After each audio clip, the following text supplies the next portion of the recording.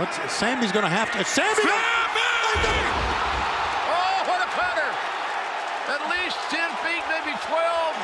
The cutter was perfectly executed. The fans here going crazy, and rightfully so. What the just happened? Look at this. Sammy Guevara leapfrogs off the ladder to land a cutter on the American Nightmare, Cody Rhodes.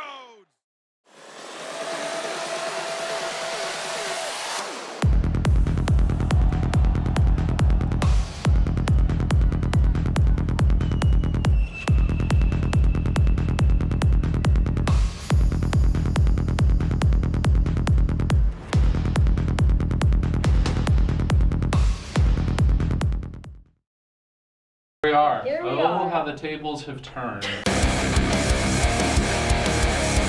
So, I'm here with Mr. Sledge. Hello. So, my first question for you, why did you come back? Why did you choose to come back? So, I was working at a restaurant on the island over the summer, and the old principal of Patuxent High was a customer one day, and I had mentioned that, I'd been thinking about maybe going back to school and getting a teaching degree. So she was like, well, hey, the county will hire people. You just have to work towards a degree while you teach. So I was like, well, hey, that sounds like a pretty good idea. So I started reaching out to some people at Patuxent, and eventually I applied for the job, and now I'm here. All right, so, teaching has its good and bad days, I assume. So what has been, your best day or your worst day, or just, a notable day that you've had so far?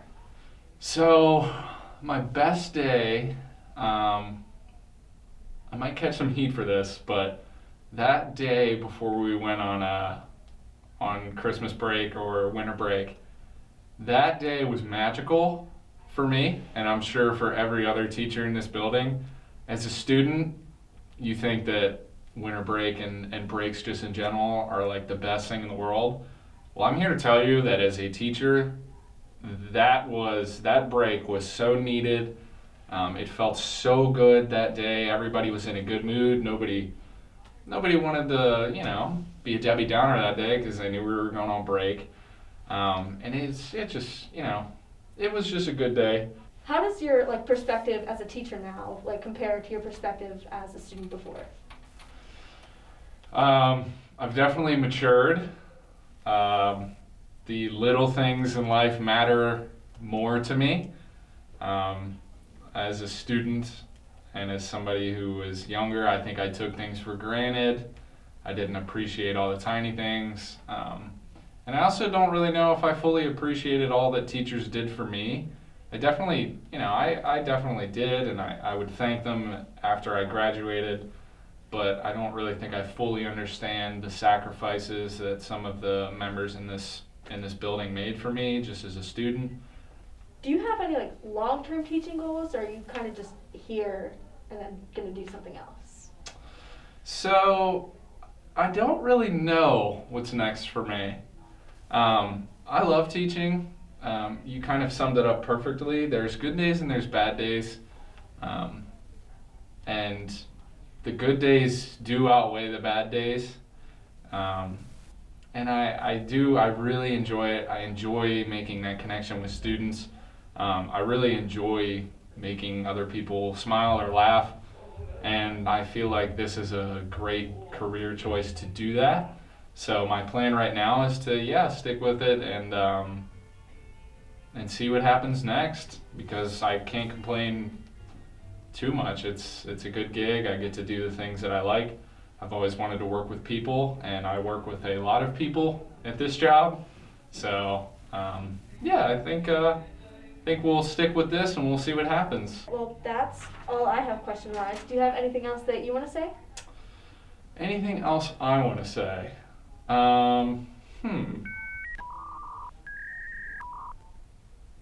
Thank a teacher.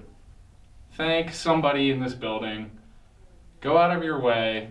Find the time to say, hey, I appreciate what you do for me. I appreciate all the work that you put in outside of the classroom. And just, I hope that as a former Patuxent Panther student, now a teacher, I hope that maybe you guys can see that I missed it when I was here. I didn't fully grasp everything that the staff members in this building were doing. So, I don't know. Try it. Give it a try. Thank somebody. Let them know that you appreciate what they do. And it'll go a long way for yourself and for the teacher. So, I'd leave with that, yeah. All right, well, thank you. Thank you. I appreciate you coming in to sit down with me. I think that's all I have. That's it. No student can escape the magic of Large Ladyland. Oh. When a person hears the word school lunch, what's the first thing that comes to mind? Pizza crunchers, chicken patties, chicken nuggets, chocolate milk, or yuck, no thanks. At any rate, the last thing most students think about is how the meal gets made. A lot of hard work goes into getting meals ready for 1,000 PAC students. Now let's go to where I interviewed the lunch ladies and some students about their opinion on school lunch. Would you eat the school lunch? Yes, I would. There's some items that I do like that we serve here, so I enjoy the meal myself. How do you like the school lunch? It's okay. I would really like the chicken and the pizza. Call me foul you want, but that's good. Why do you only like those? Cause everything tastes gross. What do you like about school lunch? The french fries are pretty good. That's the only good thing though, cause the rest of them ain't got no seasoning, no nothing. It just be nasty, bruh. No, the french fries is the only good thing. Do you like school lunch? Yeah, I like it because it's free and it gives like the kids that don't have a lot at home the chance to get lunch. What's your favorite meal? Pizza crunchers. Do you like school lunch? Like 50% of the time. Why? Sometimes it tastes like it's a week or two old. What's your favorite meal? Definitely the pizza crunch. What goes into preparing meals for 1,000 kids? Oh, it's a joy. We have a great time trying to get the food prepared and make sure that it's prepared, being short with getting food and stuff, but we always trying to fill in something else to replace what we short of to make sure you still get a nice, healthy meal. Who decides the meals for each day? We have a dietitian that works at Child Nutrition. She's the one that does our menus for us, and that's what the menus we go by. Only time we change them is when we short of supplies. How long have you been working here? I've been working here for about 10 years. I went to Calvert High for 3, and then I came back here just this year. What is one thing you like about your job? I like the interaction with the kids. The kids pretty much are nice, kind, very well mannered. I don't like the options of food that we serve. It's not our fault what you get to eat. We have a higher up that we have to answer to, so we have to give what they say, because most of us are moms and we want you to eat better food, but it's not our choice. So, what's a hard part of your job that most people don't understand? The hard part about the job is that everyone thinks that it's our choices what we make. It's our choices that you only get one breakfast, one lunch. If we could give you more than one, we would. We certainly would. And the fact that kids come in and they want a milk and we can't give it free, you have to buy it. I mean, it's kind of like a restaurant. You can't go in a restaurant and get a free drink or whatever like that. So that's the hardest part, because as a mom, my heart, I want to give you 1 or 2 meals. I know you're still hungry. That little bit, you get the same amount of food as elementary school gets, and it's just not fair. The portion size is off. Now that you have seen these two very different perspectives on school lunch, you should understand how much work goes into making sure you get a lunch every day and how essential the school lunch and breakfast are to some people. PHS hasn't had a dance team in 5 years now, but that is now ending. We are re-emerging and striving, so let's get some insight on how things are dancing. Get it? Dancing? So talking about a dance team? Anyway. So I'm here with the captain, Brittany, and I have 2 questions for you. So question number 1 is, how has this leadership role impacted you? I would say that being a captain really showed me how much of a leader I can be, because being part of a team is very different from leading a team. Okay, so question number 2 is, what advice would you give to another captain of a team? I would just tell them to listen to their team. Don't just take your power role and have them do what you want them to do. Just talk to them, figure out what they want in their own team, and take it from there. Okay, thank you. So I'm here with co-captain Haley, and I have 2 questions for you. So the first one is, what is a typical practice like for the dance team? It usually is interesting and crazy, but at the end of the day, we get all of our hard work done when it comes to our performances. So question 2 is, how has being a co-captain helped you or changed you? It helped me come out of my comfort zone when trying new dances, and it just impacted me a lot, which I'm thankful for being able to be co-captain. Thank you. You're welcome. First question is, for viewers who have not seen the routine, what can they expect? They can expect a routine that is fun and engaging with a lot of energy and great music and great dancing. Question 2, what makes going to practice 2 to 3 times a week fun? Oh my goodness, it's the personality of the dancers for sure. They're enthusiastic and fun and a little outrageous, but at the end of the day, we get our practice accomplished and they do the extra work at home too. Thank you. You're welcome. And that's it for the dance team inside thoughts. But coming from me, the dance team this year has taught me a lot, not just dance moves. It has taught me how to work together as a family and support each other and just love each other. Love you, Patch Dance Team.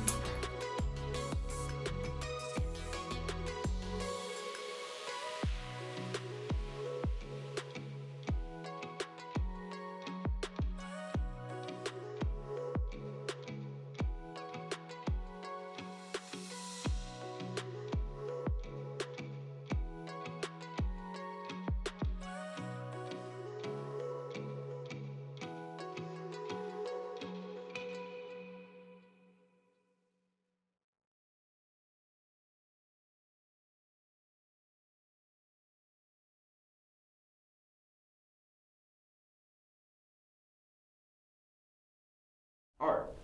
What is art? Because something as famous as the Mona Lisa, something as simple as a hand painting. Art can be anything or everything. And in art class, they help you hone your ability to do art. From a simple stick figure to graffiti on a wall. Art class is here to hone your ability in this. So let's see what art class is helping students like you and me do. So what do you enjoy most about art class? Probably all the creative freedom that we get. What is your favorite medium in art class? Watercolor and colored pencil. What made you decide on joining this class? I've always had like a love for art, so I just continued that through middle school to high school. Alright, final question. What is your favorite or greatest masterpiece you've created, in your opinion? Probably my first piece of AP this year, which is my charcoal piece of my baby sister. Right. What do you enjoy most about art class? There's a lot of creative freedom. I really like that part of it. Alright, what made you join art class?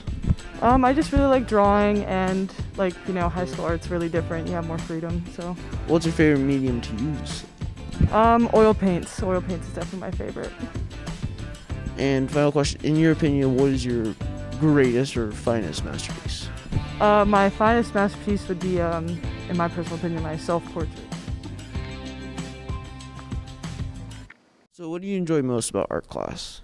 I enjoy most that we get to do practically whatever we want as long as we fit into the guidelines of, the art piece that we need to do. Well, what made you join art class? I mostly joined it because I wanted to have a period where I could just do art because it's one of my favorite things to do. Well, what's your favorite medium to use?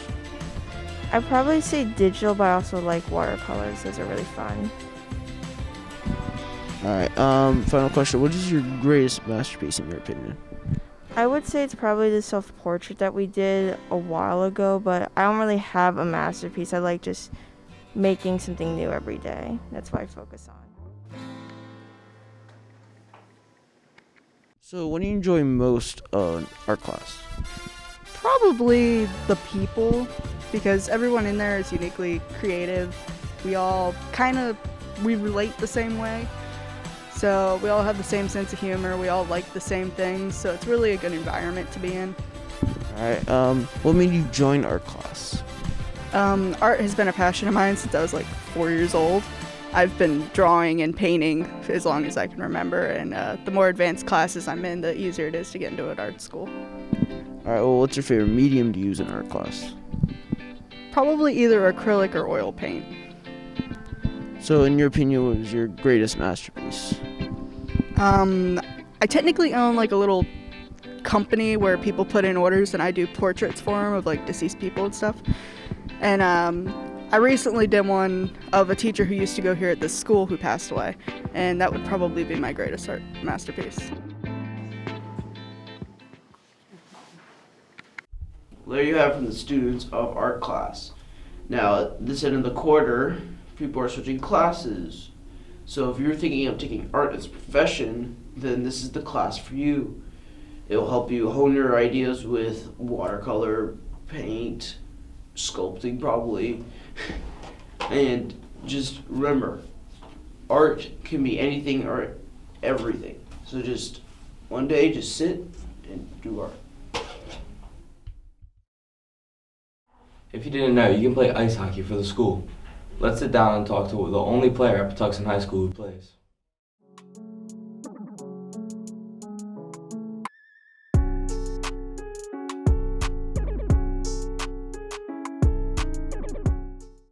I'm here with Michael Amado. And how long have you played hockey for? I've played hockey for 11 years. Alright, so how many times do you practice or have a game during the week? Usually I have about 3 practices a week, but I play up to 6 times. Wow. So the ice is pretty far away, it's all the way in Waldorf. Like, how is it making its practice? Over time it's gotten easy, so it's not that much trouble. Alright, and what's something that you enjoy about hockey? Scoring's always fun. Hitting a kid is pretty good. Yeah, that was bad. Alright, so you're the only player at Patuxent. Like, what's that like? There's no one else here. Would it be better if there were other players here? Yeah, that'd be awesome for more people to play. Alright, so if someone's interested in playing Patuxent, like hockey, what would you recommend for them? I'd say go to the clubhouse.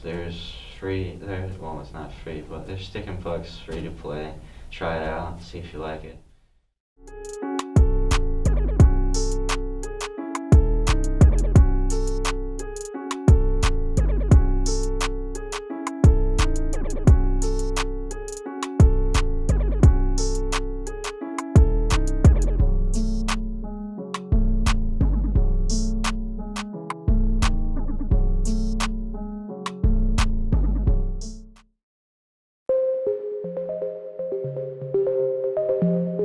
Since the coronavirus pandemic started almost 2 years ago, have you visited a Maryland state park?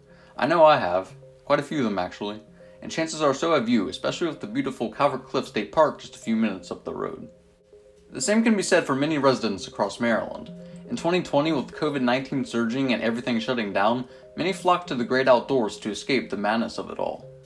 In 2020, the Maryland State Park System received an unprecedented 21 million visitors across 78 parks, which was a 45% increase from 14.9 million visitors in 2019. This sudden and rapid uptick in visitors overwhelmed park rangers across the state as they struggled to keep up. 14 different state parks were closed a combined 292 times due to capacity limits, triple the number of times from a year prior. Many state parks across the state were unequipped to deal with the increased attendance and have been for a while. There are not enough park rangers currently employed in the system, and the infrastructure at many of these parks is outdated, as they were built by the Civilian Conservation Corps in the 1930s and 1940s. This issue has been building up for a while, and it's finally boiling over. State park attendance has risen a lot in recent years and is expected to remain high, so changes need to be made. Fortunately, there are big plans to do just that. In the coming months, lawmakers will introduce the Great Maryland Outdoors Act in the Maryland General Assembly. If it passes and becomes law, this piece of legislation would bring the biggest investment to the state park system in over half a century, which has park rangers, environmentalists, and other people across the state excited. Based upon the recommendations from the State Park Investment Commission, the bill, among other things, would increase overall funding to the state park system, create new parks and protected areas, further protect existing parks and historical sites, improve existing park infrastructure, increase the number of park rangers and other personnel in the system, and increase accessibility to the parks. Assuming the bill passes and becomes law, it would be a major victory for conservation and climate efforts in Maryland. The bill would increase funding to green infrastructure in the state parks and outline that the state commits to conserving at least 30% of Maryland's land and waters by 2030, a goal which was proposed by the Biden administration. From Assateague Island, the Chesapeake Bay, the mountains and forest of western Maryland, and more, Maryland's natural beauty is breathtaking, so we all win when it is protected and is available for us to go outside and appreciate it for all it has to offer.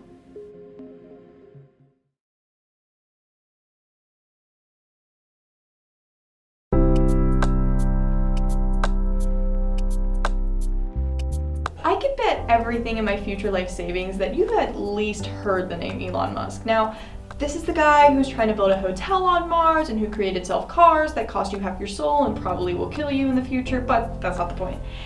And those are just his most known creations. Recently, his company Neuralink, founded in July of 2016, is grabbing headlines because it's looking for human testers. The Neuralink is a small device implanted into the brain that will provide a connection between the brain and an artificial intelligence or AI system. This possibly could cure neurological diseases like Parkinson's and more.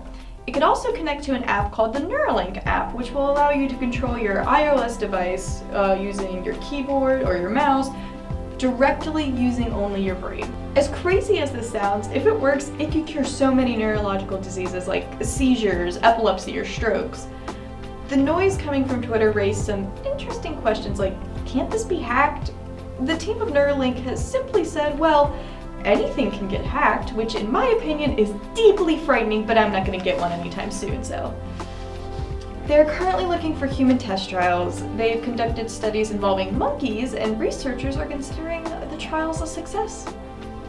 Neuralink is also saying that you will be able to save and replay memories, and in the future, we'll be able to download them into a new body or a robot body, which, if you ever seen that one episode of Black Mirror, Elon Musk is hopeful that this technology will become available later this year, and once the FDA approves this procedure and a price is set, you'll probably have to sell your firstborn child. But hey, if you're sending funny TikToks to your friend at 3 a.m. really sounds good, then you go for it. That's Savannah Pennifill signing off. Bye! If you're a real fan of WPHS, you would have seen our story a few months ago about the importance of sleep. If you haven't, then I highly suggest it. The guy reading is pretty cool. But today, I'm here to talk to you about the opposite, how to wake up in the mornings. Getting a good night of sleep is the first step to waking up. The more you sleep, the less likely you are to feel like crap the next morning. Personally, that is one of my hardest struggles, so I would suggest taking melatonin if you really struggle with falling asleep. In the morning is where the real challenge begins, though. One common trick that you may have heard is to put your alarm across the room. This forces you to stand up in the morning and get out of bed, turn it off. Another strategy that I've learned is to set a deadline to waking up. Pick a time that is the latest that you can get out of bed. Then set an alarm at that time with a different sounding chime from your other alarms. This way, you won't just blur all your alarms together and button mash snooze. You'll know that if you go back to bed now, you'll be late. Try assigning someone in your house the task of waking you up. If someone else gets up around the same time as you, have them come in and turn on the lights or hit you with a pillow or something, as long as it gets you out of bed. Do less in the mornings. Maybe pack your lunch and pick out your outfit the night before, so that you can sleep in those extra 15 minutes. Leave your window open. Your body has been naturally programmed to wake up when there is light, so having a window open will lead to a more natural awake feeling. Otherwise, it really comes down to self-control. You've got to be able to get yourself out of bed even when you don't want to. The mornings really do suck, but the more you do it, the more you'll get used to it.